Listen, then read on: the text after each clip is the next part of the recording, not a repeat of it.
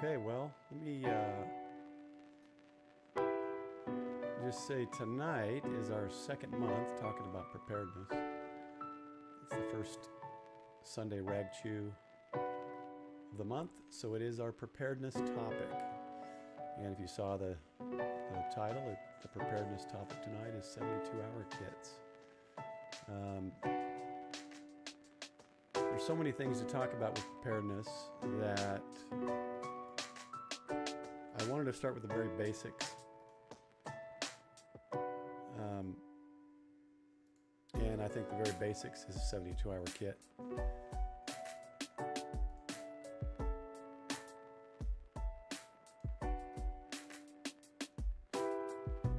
I don't even know where my bookmarks bar went. So this is going to take a second. I got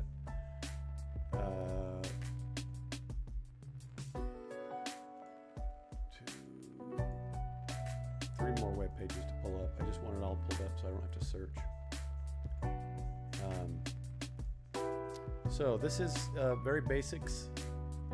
The stuff I'm going over isn't for people who are big into preparedness and such. These are things that you should already know if you've been into preparedness.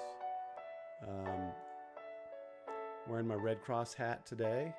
I did 4 years with Red Cross as a disaster action team member. They've got some great training and some good resources for people in need. We would go to house fires and interview the family or whoever lost the home, and we would see what we could provide for them. Some of those people ran out of the house with just shorts or pajamas on, sometimes no shoes or socks, and we would provide them shoes, sweats, socks. They'd have care kits, toothbrushes and all that. We had little teddy bears for the kids and stuff. And they would even provide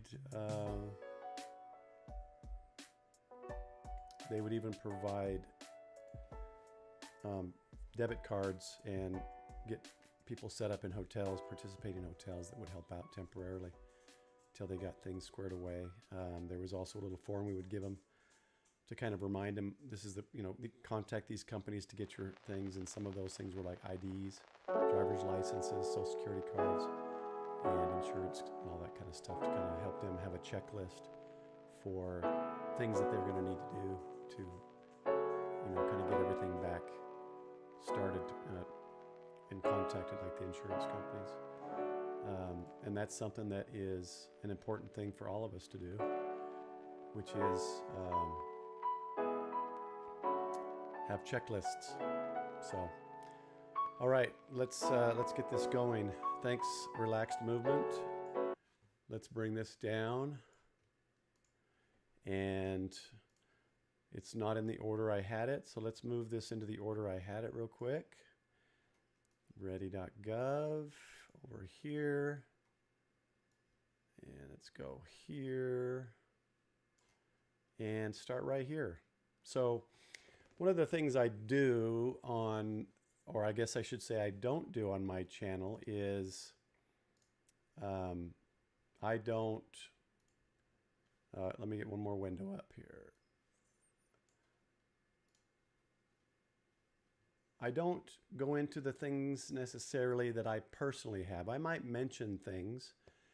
Some of the things I mention might be things I've done. They might not. What I'd like start right here. So people to understand one of the things I do on, or I guess I should say I don't do on my channel is. Sorry about that, Scott. Thanks for tuning in. I didn't have my window up, and I didn't have my let me get one more. My graphs up for the sound. So sorry about that. Let me bring my voice up a bit. I'm on the Yeti mic instead of my headset today. So yeah, I don't necessarily discuss or show things that I personally do. I may, but one of the things I would suggest as you start building a preparedness, as you start your preparedness journey, or if you're already into it, is, a lot of that stuff is, or was, hey, Michael, welcome. All right, let me bring it back down. I thought I had it set right. The bars aren't going into the yellow, so I thought it was right.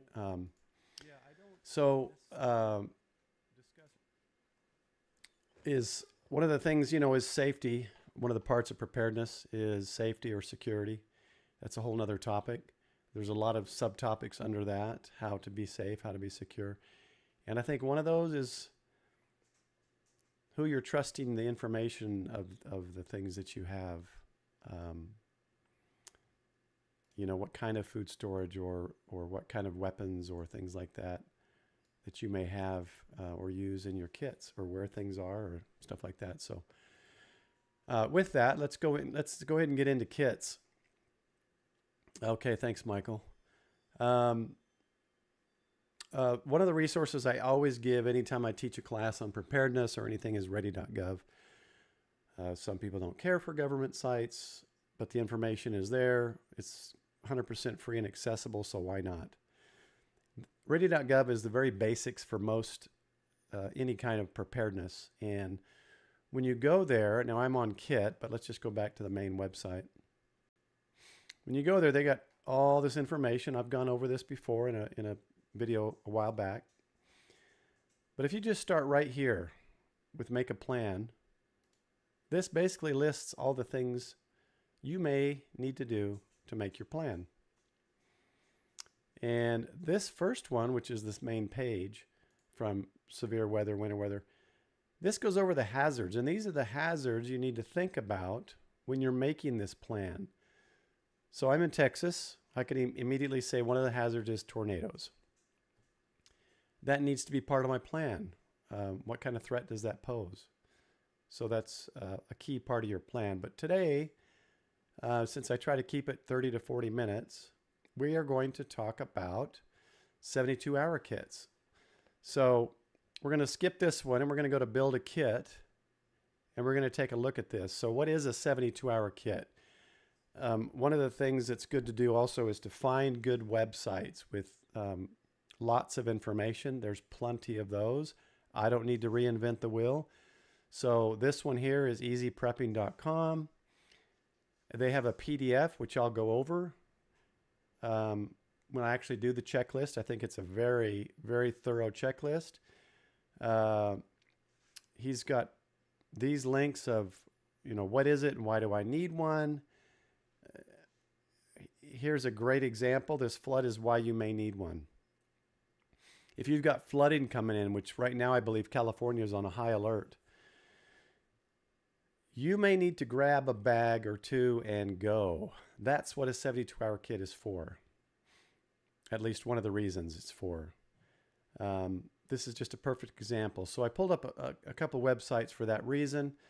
There may be an instance where your local government says this area needs to evacuate.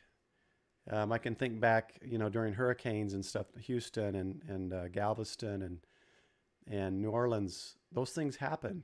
So back in Katrina, they were told, albeit very late, by the local government to evacuate. You may need to grab a couple bags of some supplies and run. Are you going to try to scurry and hurry and get those things? Or be prepared and have a 72-hour kit. So that's just basically why you might need it. And there's a lot more information here. Easy Prepping. Feel free to peruse these guys' websites. I have no affiliation with any of these websites that I pull up. I am pulling what websites that I find can help other people get into 72-hour kits. So let's go to the next one. That's emergencyprepgear.com. He's got a great checklist. He lists, like we just discussed, circumstances requiring a 72-hour kit. Tornado evacuation, I'm not going to say it's not used then, but it's really hard to know, let's say a day or so in advance, if a tornado is going to hit you and you need to evacuate. But where it could come in handy is if you did get hit, and let's say your home is no longer livable. I've been to post-tornado areas with our CERT teams, and there are homes that are half gone. So in that instance, you may need to grab your 72-hour kit. Hopefully it's not gone with the tornado, and leave. Earthquakes, a lot of states, California, you may need to go. Your house may be dangerous to stay in your house. So these are some more reasons. And he recommends, this is something why I pulled this up, is this is really key. And again, like I've said before, I'm not going to reinvent the wheel. I'm not going to make a list and all these things because there's plenty of information already out there. When you look at a 72-hour kit, there's a lot of general or generic things that everyone needs to include. And I'll just say one of those things would be water or a first aid kit. Okay? Everybody needs those. First aid kit will come in handy regardless. But you may have individual needs, and you need to look at those. You need to perhaps look at, when we look at foods or snacks, if you've got a gluten allergy or other dietary needs, you may not want to include a bunch of high sugar or breakfast protein bars or whatever that have gluten in them. You're going to have to look at those kind of things. You may have medical needs. We'll talk about a little bit about medications in the list. And you may need to have, as part of that 72-hour kit, maybe tape a checklist of things you need to grab that you can't put in the kit. There are many medications that you can't just store, right? Most medications expire. There are medications, I'll go back to diabetes, that need to be kept cold. So you may want to stick on that bucket or backpack or tub a little checklist of don't forget these items, and one of those things may be your medication. There are certain medications that you can only get like 2 weeks of, and you may need to, all right, grab that out of the medicine cabinet, put this in here. There are other things that may be included on that list that you might want to stick to your tub of last minute, you can grab in a minute or less and go. It could be protection items. And I'll leave that up to you, or perhaps we'll talk about that another day. And in this one, it's going to, there's certain hygienic items that some people need, right? If you're a woman and may still need certain hygienic items, these are things you got to think about. If you've got a pet, you're going to have to think about that. Are you going to be able to leave a bag of, pet food for 3 days in a 72-hour kit? Yeah, probably. It's good for a while, but you're going to need to think about swapping that out along with your water and other items, especially food. Michael, in Getting Out in Life, brings up a great point, and we'll go over a little bit of that, of pre-made emergency kits, which you can do. I have done, and it has some decent things in there, but I'll be honest, most of it's the affordable ones. They're not made very well. And as Getting Out in Life mentions in the chat, if you're gluten intolerant, and that has regular bars, it most likely has gluten in it. If you're diabetic, it most likely has stuff in there that has sugar.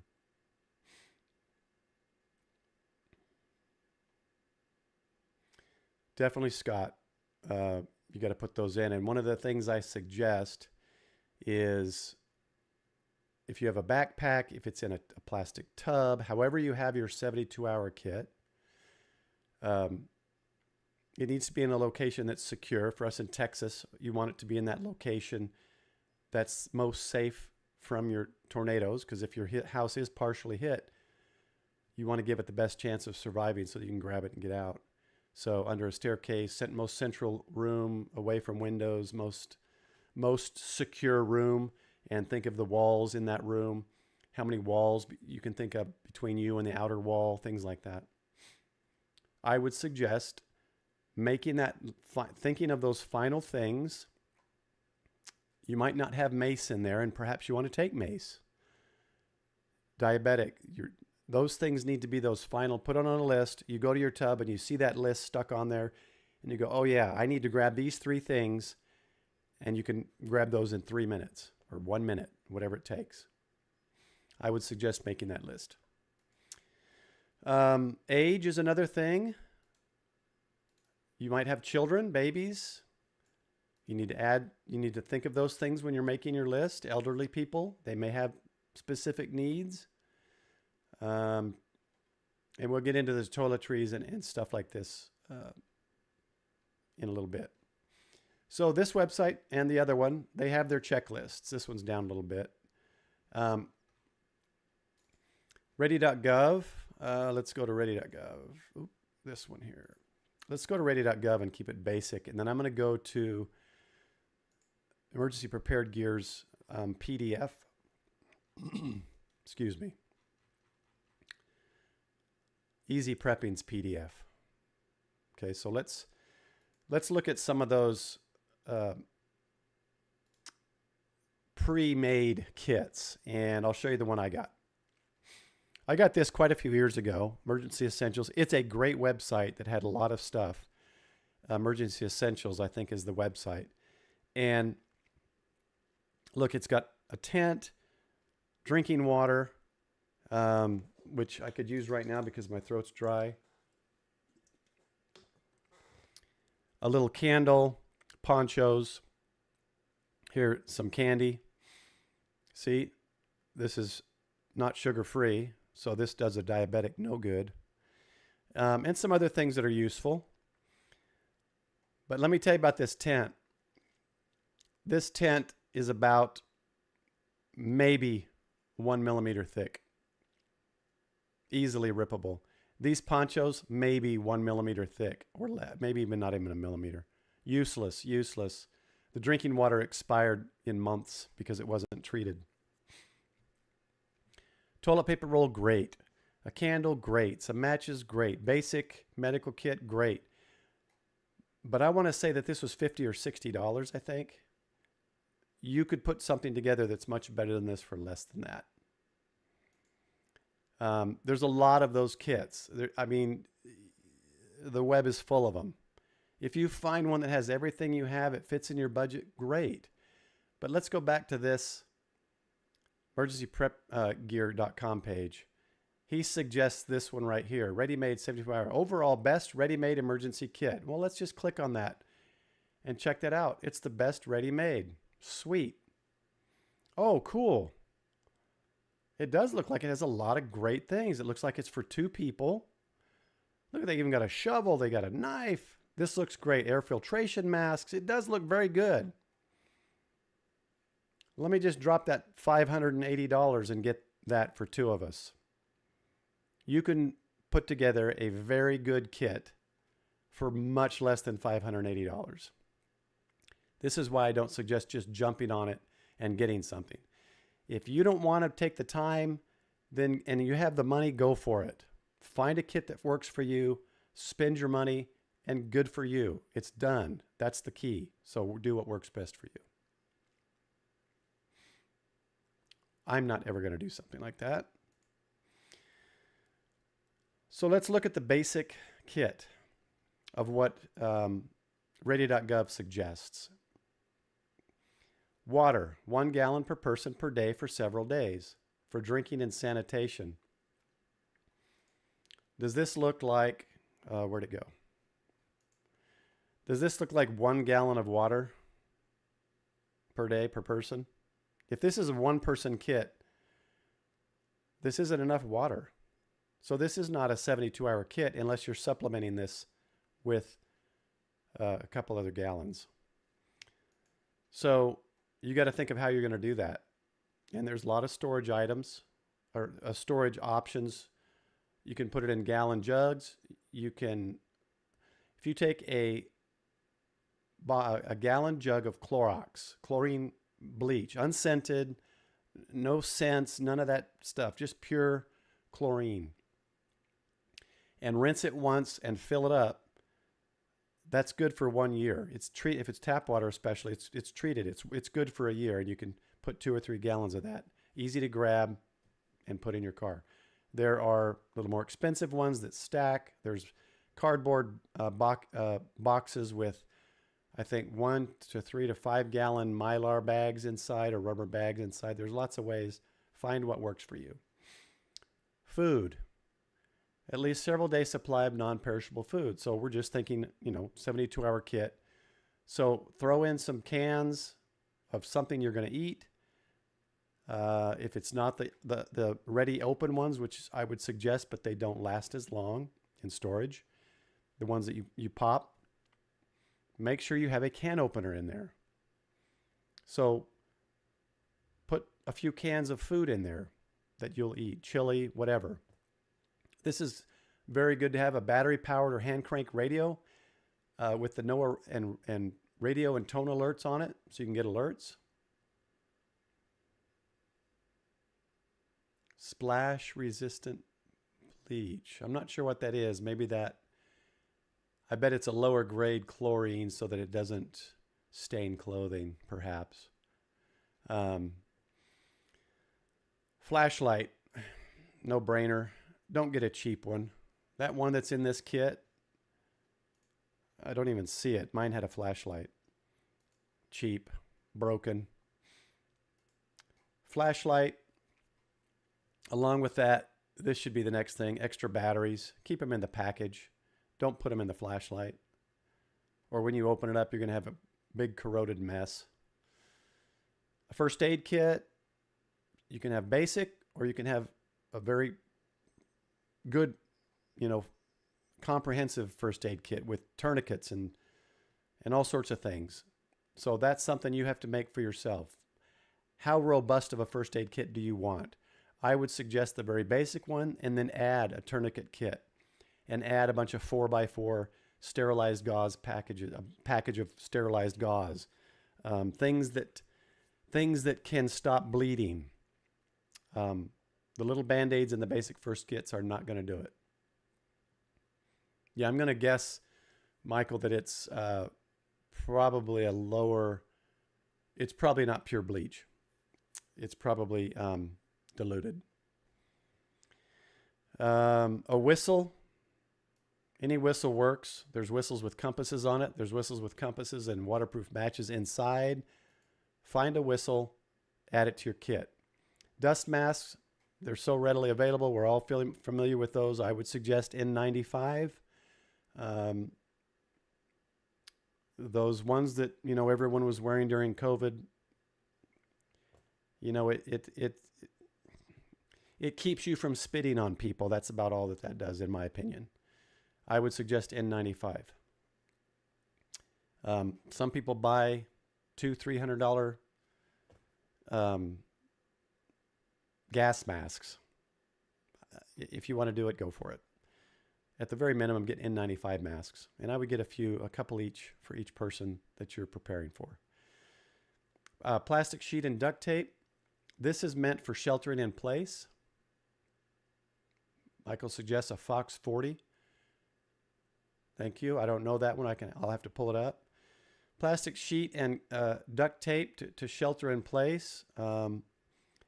If there's some kind of a chemical or biological something in the area and the radio's telling us to shelter in place, that's what this is used for.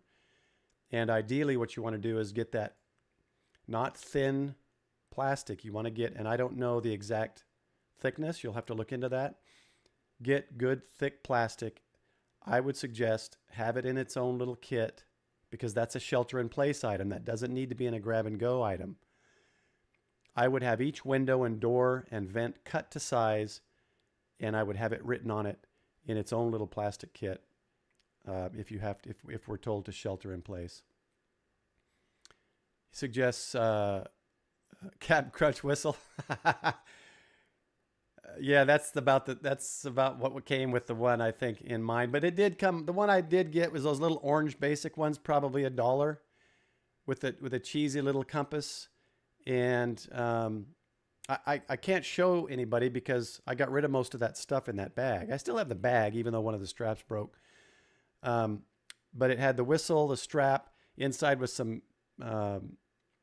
waterproof matches, and then a compass. So if a Captain Crunch whistle works, use a Captain Crunch whistle. So my suggestion would be, don't put the plastic sheeting duct tape for your house inside your 72-hour kit. I would suggest in its own little bag or kit next to that 72-hour kit for use in shelter-in-place situations. Garbage bags, plastic ties, moist towelettes. For cleaning, this is very basic. You can add more stuff to that. Toiletries, you can add soap, liquid soap, bar soaps, small hand towels. Again, I'm just going through the basics that ready.gov suggests. A wrench or pliers to turn off utilities. For those of you familiar with CERT, it comes if you go through the course and get on to the team or finish the course, you get a pair of pliers or a tool that turns off utilities. Just know that you're not, if it's gas we're talking about, you're not supposed to turn that on after the fact. That's supposed to be the gas company, so be aware of that. Polycarbonate, pretty cheap. Okay. Yeah, cut it to fit the windows. It folds up into the closet. Yeah, great idea. I'll have to look into that. I wish I could think of the thickness that I've got. I don't think it's polycarbonate, but I'll have to look into that. That's a good suggestion. Thank you. There's that manual can opener. See, they should put these things together when they put food up here. Local maps. This is something I have in my vehicle. I have that Randy McNally, I think. I'm in Texas. It's just a small, thick, kind of sturdy little book of Texas road maps. Yes, non-sparking tool for your gas. And then cell phone with chargers and backup battery. This might be one of those things that you grab, that put on that list on the outside for the last minute grab. There's some great battery backups that you can leave plugged in. There's one that I have that's a solar panel with a flashlight built in and charging. You can leave that in a windowsill. The sun's constantly charging. It's always charged. That could be on one of those lists of grab and go. I'm going to pull up that KN95 mask and let's see what we got.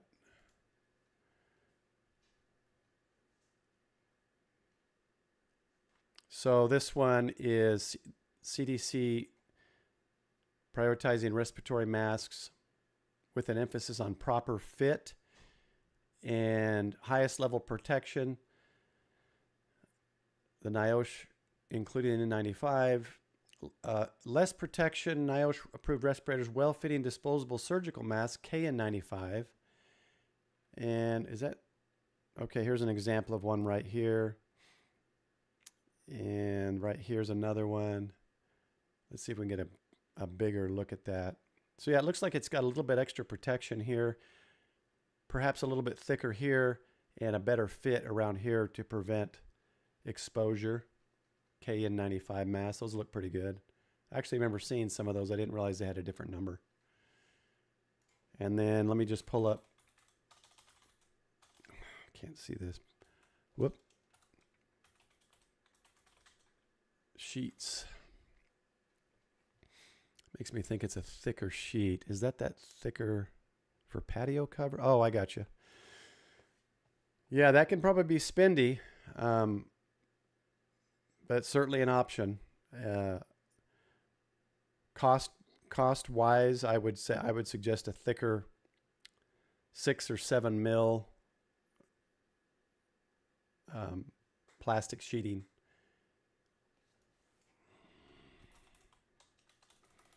Let me look here real quick. I want to say it's 7 mil. HDX 3.5 mil. 3.5 mil. I'm pretty sure mine's thicker than that. Here, 6 mil. That's probably mine right there. 6 mil. And this is $37 for at Home Depot for 10 by 25 feet. And then duct tape to, of course, seal it off. All right, I'm approaching the. Yeah, that's a good idea too. The masks in 72-hour kits. That's another part of this. I didn't want to get too much into it, but you got to think of your mobile as well. Think of a kit for your mobile as well. Polycarbonate scraps, the TAP plastic and Royal Plastics. Yeah, Scott, you got to find. Okay, so you're saying the 144 cheap sheets of polycarbonate. Okay, thank you. Yeah, if you're in an area that has scraps, great. I just went and bought a roll of that, and that's what I have. It's the 6 mil. Okay, let's go back to our list here. So if you go back to that easy prepping and want to get this list, this is a very, very thorough list. I'm sure there's others. And again, I'm not linked to these websites, but I would suggest this is a very good one because it goes way beyond the basics. These are things you're going to have to think of, and he separates it into male, female, age, and kind of the all-inclusive checklist: young boy, young girl, baby, pets. Again, there's that little pet thing. And then extras, non-perishable food items. Like I mentioned, just cans. He's got peanut butter, beef jerky. He goes through a whole bunch of stuff. This is a great checklist. So I would suggest going in out and start doing this on your own, or perhaps look at your 72-hour kit. I would suggest checking it twice a year, spring, fall, or prior to any kind of storm season you might have, hurricane season, whatever. And go through, make sure you don't have anything that's already expired or perished, like water or any food items you have in there. I would go through these lists. I would suggest adding what you think you need to add and improving the kit that you have. If you don't have sheets for shelter in place, do that. Get those sheets. Spend that 30, 40, 50 bucks. Get the tape and plastic and get that pre-cut and measured and set up so that it's easy to deploy.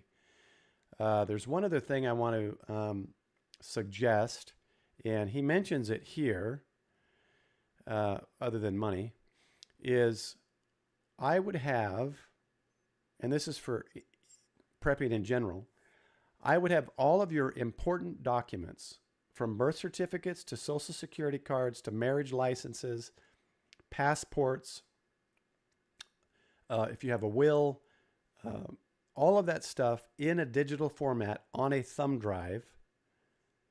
I keep mine in a safe. You can keep it in a 72-hour kit, or keep copies of the documents in, Ziploc baggies, waterproof baggies in the 72-hour kit, and a thumb drive as a backup. I would highly suggest that. That's something that people don't think about often, but if your house is destroyed and all you've got is a thumb drive, that's going to help you get all those documents replaced very quickly. Well, quicker than if you don't. So go through this list. This is a great list. This is what I'd suggest. It goes beyond the FEMA or ready.gov lists. Look at the age groups and, of course, where you're at. Texas, yes, we do have very cold times, but it's not as often as someone in Minnesota. So you may need something more thicker. Gloves down here in Texas, I may not put real thick, skiing gloves in here, but I have gloves. So great suggestions here. Yes, they do. They do, Paul. They do make good friends. We can ask Scott and Michael if they think they make good friends. But yes, they're very prepared in general. And they've got some great resources as well that are open to anybody. So ask them about food storage, and you'll get some good information on food storage and prices for bulk food. If you need help with that, contact me. I can help you with that. That's pretty much it, guys. I try to keep these shorter to 30, 40 minutes. As the channel builds, we'll start bringing people in and getting more people doing multi-boxed videos, and what I want to start calling our Ragchew Crew. That's a ham radio term.